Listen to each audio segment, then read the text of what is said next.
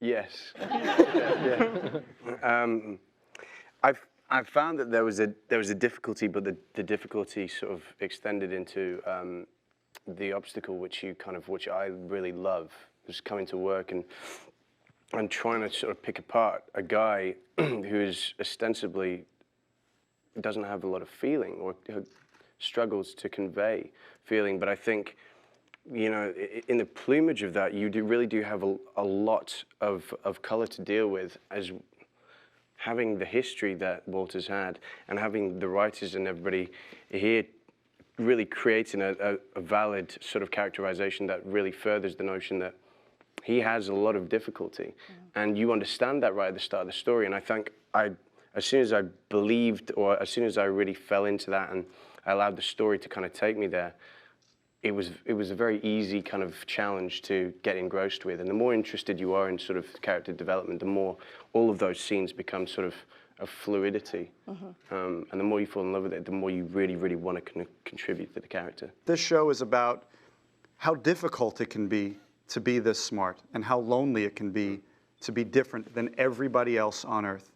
And I met this guy, and then I saw him with Walter, and I realized, oh, these two share the thing.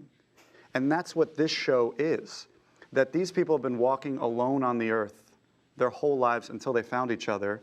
And now they have someone that they can actually have a real conversation with. And it was actually really devastating. I was like, oh my God, they didn't find each other for so long, and how beautiful it is that they found each other. So along with all this fun stuff that we do, there's a really heartwarming thing that I'm actually not a genius, and I can relate to that. But you know, that made this idea of, oh, how important it is that we find each other so tangible for me. I actually met the real life version of Toby's character as well, not too long ago.